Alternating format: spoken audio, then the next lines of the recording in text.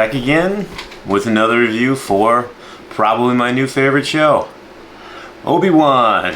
Just kidding. Obiwan Kenobi, episode 4 is actually out now, and I was able to get a good viewing of that one, and I just wanted to talk with you all about it again, as I've made this a show that I'm actually trying to review every episode of, and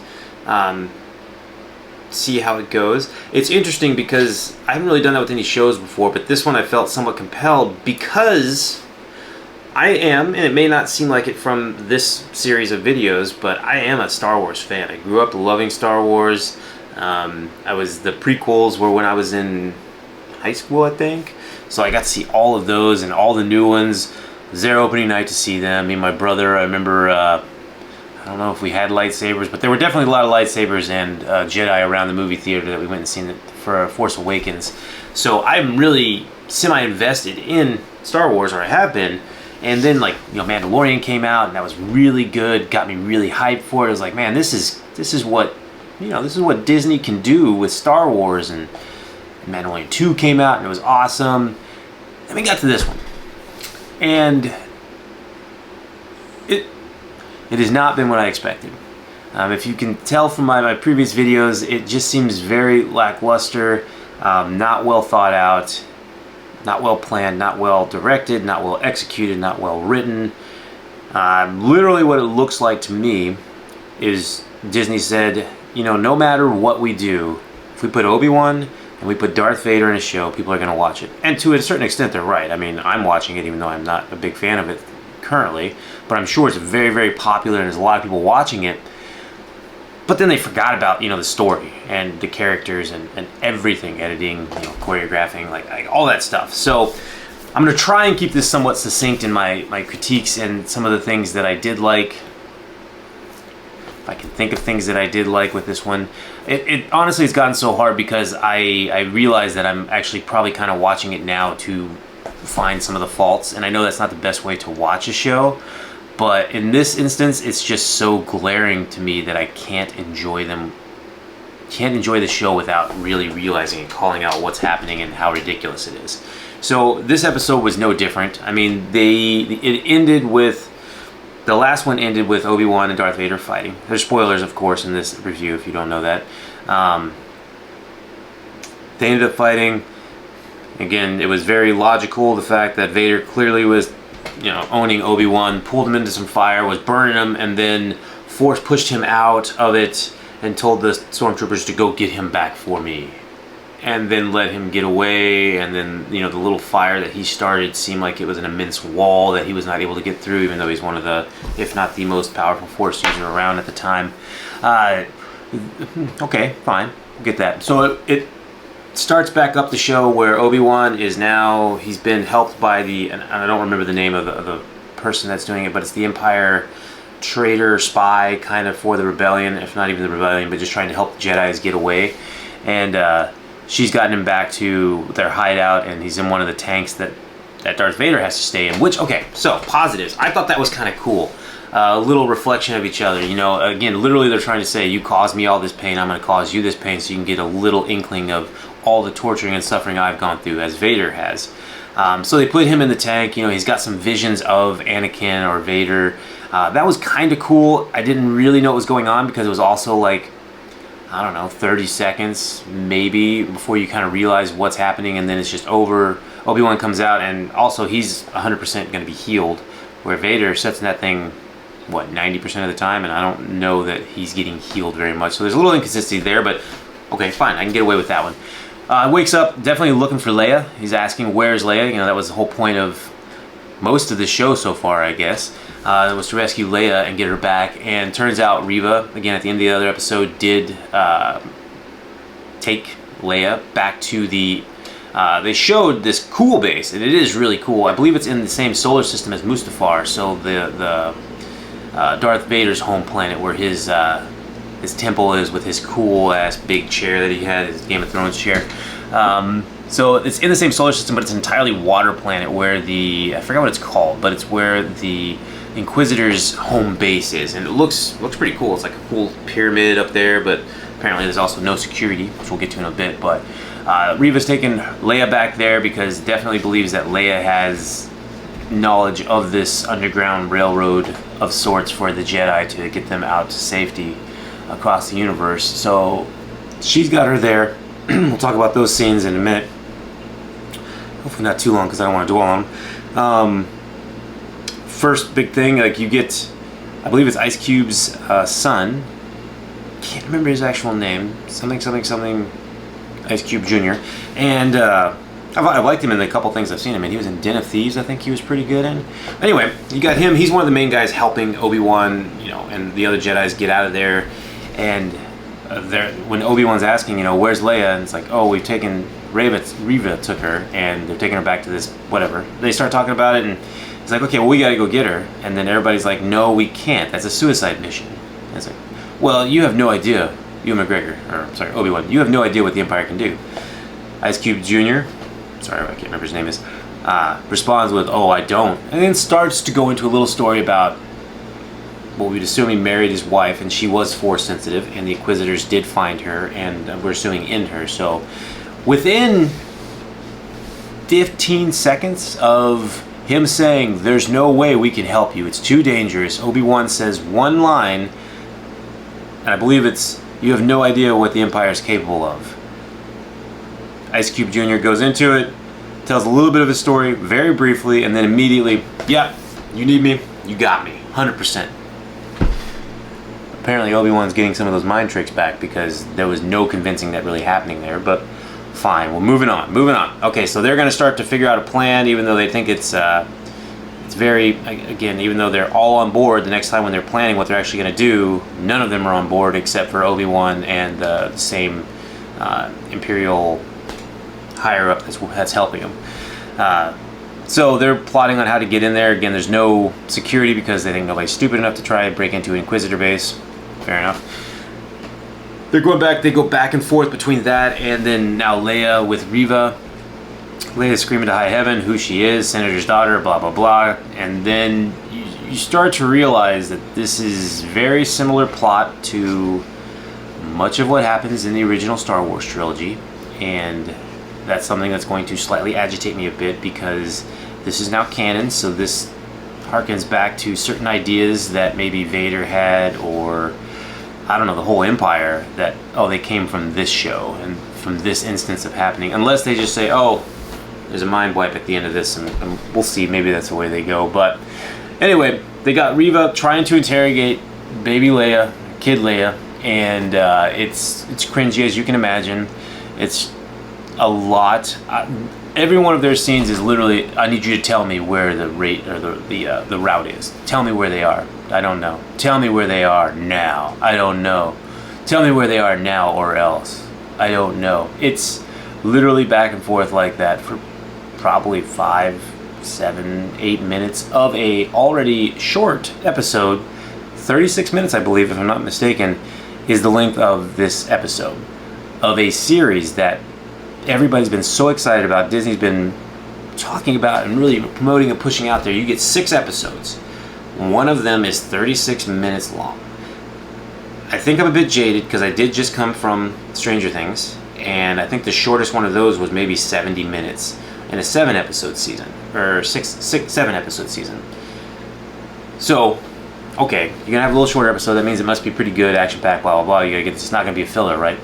No, most of this episode is filler because the director or whoever edited it or whoever's responsible, they freeze and hold on frames for far too long. And there'll be a frame where you're just holding on a certain circumstance happening, or you're waiting to elicit a response. Somebody, oh, what happened to this person?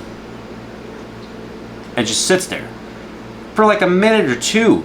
There's no music. The music's not good. I don't really recall there being a lot of music. There's no tension being built there. There's no dialogue. It's just very odd. And it, again, painfully to me, it seems like they're trying to fill space in an already short episode. Okay, so they get Riva there. Riva's trying to get this information out of Leia. It's not working so well, so they will continue to go back and forth, logically for the entirety of Obi-Wan planning the escape or the breakout, getting to the island or the floating palace, fortress, and then actually breaking in. So like all those things take the same amount of time as this conversation's having with Riva and Leia because logic. So they start breaking in. It's fine. She's an Imperial trooper, the one that's not Imperial trooper, Imperial officer. There we go, Imperial officer. So she can get into this place. They land. Oh, he's swimming in underneath, which was kind of cool actually. The visuals look kind of cool, except he's swimming right next to some big ass shark-like things that ain't no way I'm getting in that murky water with that. And I don't know how he is with his force powers being meh. What's he gonna do? Get away from me? Try to use a blaster in the water? I wonder if they do work underwater. Anyway, they break in. She walks in. Just goes in normal business. She is an officer. She has to kind of remind somebody that she is an officer to get through one of the areas there, and outranks them even though it's specifically against his direct orders. So she's a little convincing. I can still buy that. That's fine. She gets into the restricted area more or less, and she's communicating with Obi-Wan based on, yes, it's technology from the same walkie-talkie like things they had from the original series. But even from the original series, that's a stupid design, because you talk into it and you also hear from it. So it's just a speaker that's you're walking around. She's talking to Obi-Wan, telling him where to go, and oh, you should be right underneath me right now. There is a guy, another Imperial officer, arm's length away, sitting there. I'm pretty sure he can hear all of this conversation. They even kind of acknowledged it once where she was saying something and looked over and just hid the walkie-talkie. Okay, fine. And even with that, I get it. You're in that time frame, so yes, we are very advanced now as far as technology and things like that we can do that we couldn't have done in the 70s. So you can keep some consistency with that, although I don't know why they're really worried about consistency if you look at the rest of the show. Fine, we'll let that one go. So he gets in there. He's trying to figure out a way to get to Leia. Leia's being interrogated. You get a little sense that she's definitely force sensitive, as Reva loses patience relatively quickly because she does act like a petulant child through most of the show thus far. And it's like, you know what, doesn't matter, I'll just make you tell me, and goes in for the force to tell her, and then Leia's just it's a staring contest. Which, okay, to be fair, I kind of like that one, because I do like that she's hinting at that, but I'm also curious why Reva wouldn't let anybody else know if she can stop her from using the force on her. There's got to be something up with that. So wouldn't that probably mean she's force sensitive? So you should probably tell other people or do something, since you hunt force sensitive people. I don't know what they're doing with them. Whatever it is. Okay, so she figures that out, so they're just gonna have to go to torture. So torture, very much reminiscent of A New Hope, where Leia was also going to be tortured by a very similar, if not the same looking device. So that's interesting. A little callback, even though this is before it happened the first time. So technically, this is the first time in the Star Wars is the callback to this. Okay, so they're doing that one. Still trying to sneak in. Again, some of the logic things are interesting. The Imperial officer that's helping does actually kind of get discovered by an officer that's even more in charge of the area where she's got into, and it's clear that she's not meant to be there because she just randomly set to somebody's station. And he asked her, "What's your state? Or who are you? You're not at the right station. Come with me." So they walk slightly out of frame, and then it cuts away to Ewan McGregor trying to do something, and he needs help from her, of course. And she's cuts back to her, and she's just basically choking out this guy right behind a couple of other people that were sitting there. And then it flashes back and forth. Okay, things are good. She just walks right back up, picks up her little walkie-talkie, which was just sitting there as Obi-Wan was calling for a bunch of help, even though everybody else around it didn't hear that. It's okay. And they didn't hear her choking out the guy right behind him, and then just leaving him on the floor. Leaving him on the floor behind them, maybe behind a line, like a false or fake wall, partially blocked. Some servers there maybe, but definitely in the open. So anyway, that tragedy is avoided. Then you get Obi-Wan. He's still trying to find Leia.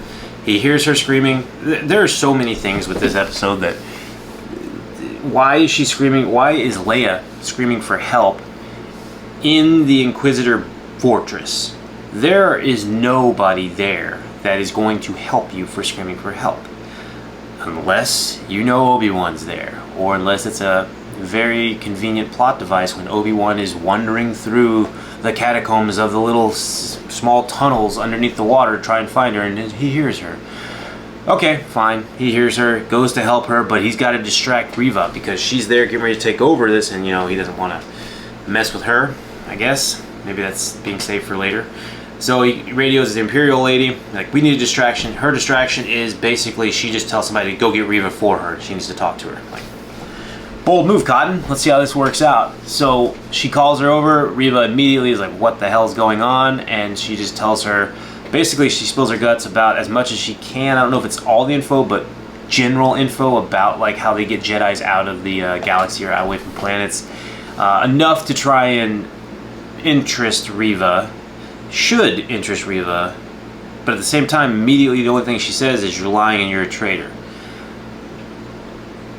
Okay, which is fine. I can take that. And then she says, no, I'm not. I'm a spy. Or I am a spy, of course. I infiltrated them and I had to act like this. Honestly, the Imperial Guard, or the Imperial officer, was relatively convincing and fast-witted. I did like that, where at first I was like, okay, this should be very easy. I mean, it's going to be clear that it was logically making sense to me why she was a spy and stuff like that. Although Reva didn't buy it immediately, like, no, we're just going to go to the interrogation room. So they start to walk to the interrogation room, and that's when the power goes out. I believe it's either Obi-Wan or, I don't remember how the power goes out. Obi-Wan does something. No. Was it Obi-Wan? Drone? Something. Power goes out. Obi-Wan is rescuing Leia in the room where she's strapped down to be tortured.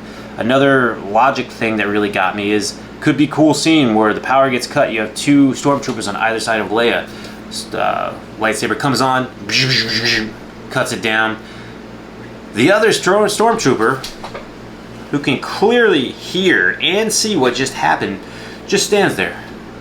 Looks around, never turns towards where it just happened. Lets Obi-Wan walk behind him in the dark. It's a good 15-20 seconds to walk around and then again. We've seen such cool lightsaber at night and lightsaber rescues and like all these things. This one is just, this is child's play. And to think that even a stormtrooper that's maybe ill-prepared, ill-trained, obviously they can't shoot very well, is not even going to move to not get slaughtered. Okay. Alright, Star Wars. Let alone the fact that I also am very unclear that I get Obi-Wan's powers aren't where they used to be. But I don't think that should affect his lightsaber and its ability to cut through things. Because in my history, it seems like lightsabers cut through most things, including stormtrooper armor. And every stormtrooper he takes with his lightsaber, it seems to take 4 or 5 hits. He's like, shang, shang, shang, shang. And then they just fall over, not even in pieces. Even though they've done that when like a stormtrooper's fallen onto a laser gate and split in two. But that's okay. I mean, you gotta keep it PG, I guess.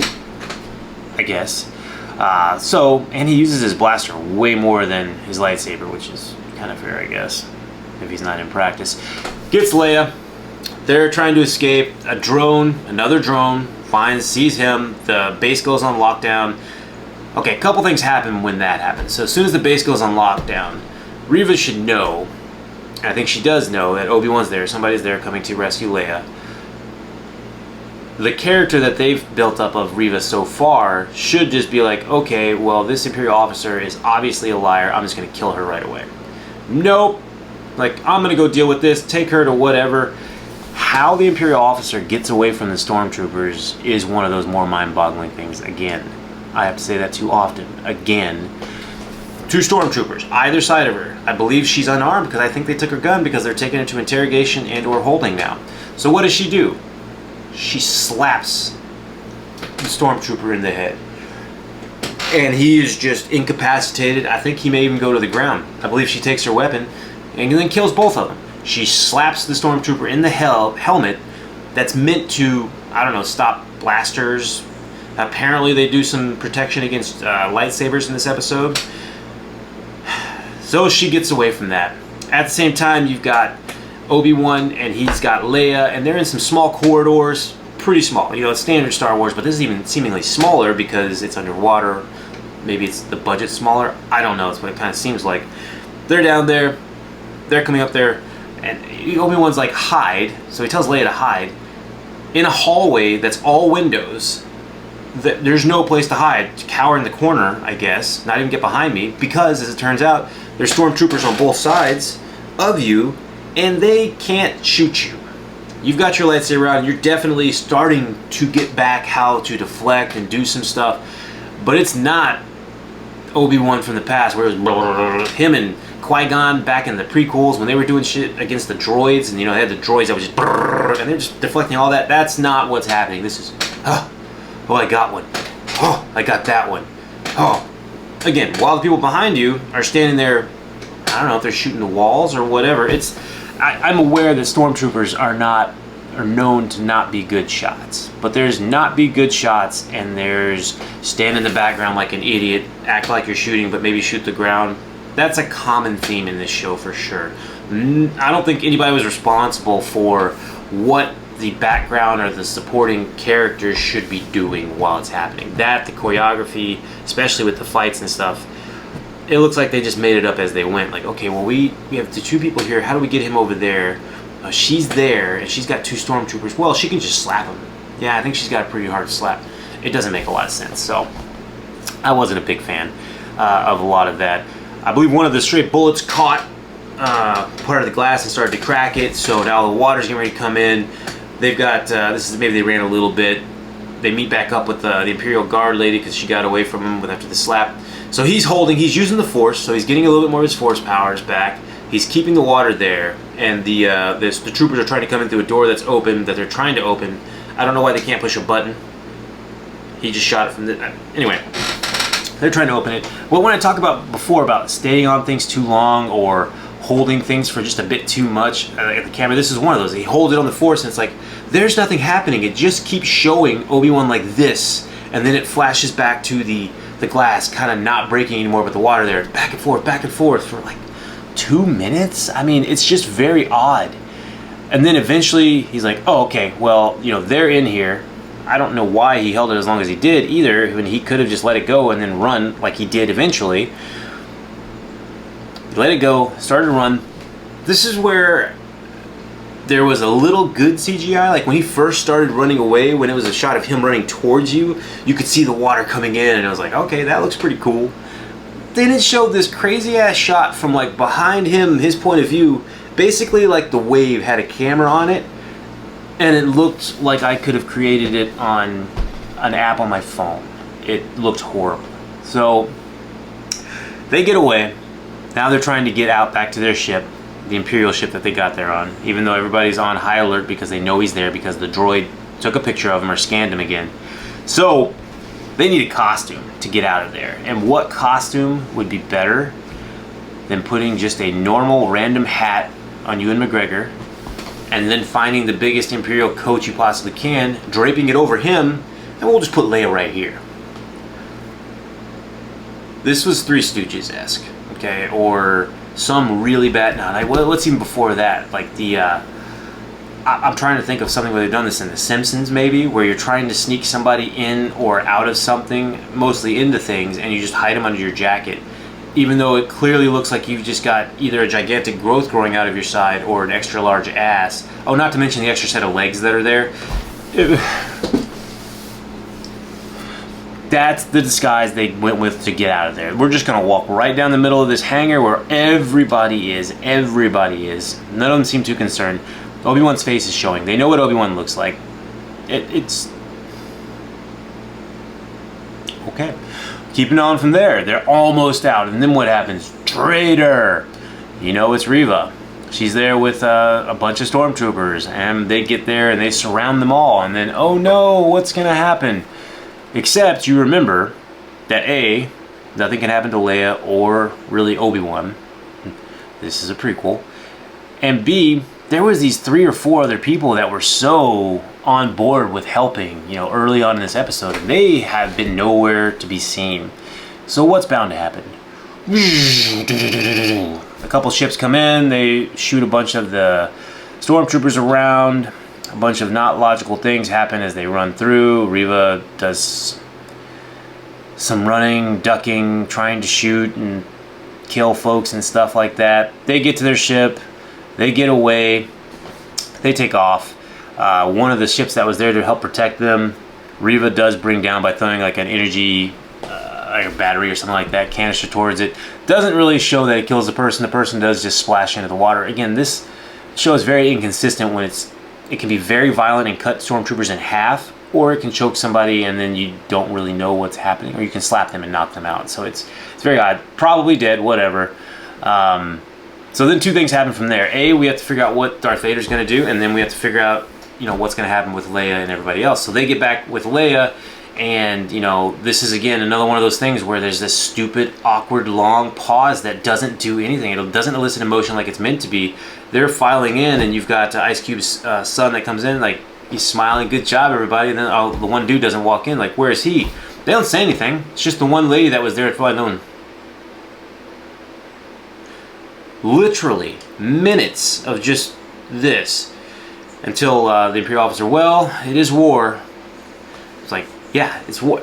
Again, it's just very awkward, very stupid, filling time, and it's just not done well. I really did not appreciate that. But okay, fine, they're out, they're free. And in my head, I'm thinking, all right, now we get to see what happens with Reva. She failed Vader completely. She let everybody go. They escaped, they got away, they got nothing. She should be dead. The Vader that they're trying to put up there and that we know, she should be dead. And what happens? We get Vader walking through the hallway, immediately walks up, force choke, all the way up. I told you what would happen. Now it's time to pay. Except it's not. Because let's go over choking a little bit so that she can say, I let them do it. You let them do it. I let them do it because I put a tracker on them so I can bring you the escape route, Underground Railroad, so I can get you that, and then finally get you Obi-Wan, which I know is the main goal. He lets her down. I seem to have underestimated you. They made Vader a freaking idiot, if this is really what he's thinking. The fact that he is just cool with, yeah, I got you, smart plan. I know he does learn, I guess he learned from Reva to put a tracking device on somebody that he's trying to follow, because he did the same thing in the Millennium Falcon in the original series, so I guess he learned that from her. But the fact that ultimately the main purpose of getting her, or letting them go, was to find the trade route, or the escape route, and bring Obi-Wan to Vader, that's the master plan, and he's cool with it. Even though the method to get the escape route and Obi-Wan himself were on the base 10 minutes ago, 10 feet from Reva. It makes no goddamn sense. Vader is not that stupid. I really, really hope so. End all be all with this. She put a tracking device in her little thing, and oh, okay, now it's... This show has made my liking of Vader and Obi-Wan less. And I hate to say that because they were some of my more favorite characters. Definitely Darth Vader. And it's going to take a good bit for Vader to be not my top. But Obi-Wan, I didn't necessarily like a lot in the original trilogy because he's not in it very much. I mean, he's in the first movie a bit. And then there's a lot of lore and stuff like that. The prequels, though, I really liked Ewan McGregor. He was a good voice of reason. He was the petulant, kind of young, fiery Jedi to begin with. And then as he grew into his role of mentor and stuff, it was a good arc and everything like that. They've just made him a whiny, complainy, not very helpful... I don't know. They made Obi-Wan very not fun to watch. Also, pretty sure the name of the show is Obiwan Kenobi. I've been watching the show with Amber. Amber is not very familiar with pretty much anything Star Wars wise, and she was like, oh, I can't wait to learn more about Obi-Wan Kenobi, because, you know, that's the title of the show. I asked her what she's learned about Obi-Wan. She says that he's a wuss and basically nothing, because this show is so convoluted with so many storylines and other things going on that it doesn't even focus on Obi-Wan. I'm not even going to be hopeful, okay? There are 2 episodes left. I've been saying previously I'm hopeful they'll turn it around. I don't think that's even possible at this point. The only thing, and I was giving this some thought, so I guess at least kudos to Disney and Star Wars for making me think about their show well beyond me watching it, although it is not in a good manner. The way they can save it for me, okay, you get some big setup to where I think they're probably leading to a Obi-Wan Reva standoff of some sort. You know, maybe on Mustafar, that would be cool, or maybe some lava around, just, you know, recreate a little of that magic between him and Darth Vader. And then right as, you know, they're getting ready to have some sort of good battle or dialogue, she just starts choking. And she lifts up off the ground and gets flung into the lava. And then there's Vader behind her. Okay? So Vader takes care of the problem, because Reva's a problem. Not a good character. Ugh. And then you get Obi-Wan and Vader, you have a good solid fight. So Vader would have been using Reva the whole time. If he's good with that, and that's what he's doing, because I believe Vader would do something like that, that can save a bit of the show for me. Then you have a good lightsaber fight between Vader and Obi-Wan, you know, akin to what they did in Revenge of the Sith and things like that. I mean, any of those kind of good things. I went back and watched it again, and it's just, it's so bad what they've been doing now. Do something like that, you know, they both wound each other, or they get separated by the Force, something happens, and they have an amicable, you know, separation, and they get out of it. Do something like that. They might be able to salvage bits and pieces for me. But other than that, short of that, I have no idea how they're going to turn this show around. I'm very disappointed. But they got me hooked, so I'm definitely going to watch the next couple. Let me know what you think. I mean, do you feel the same? I feel like it's just Disney.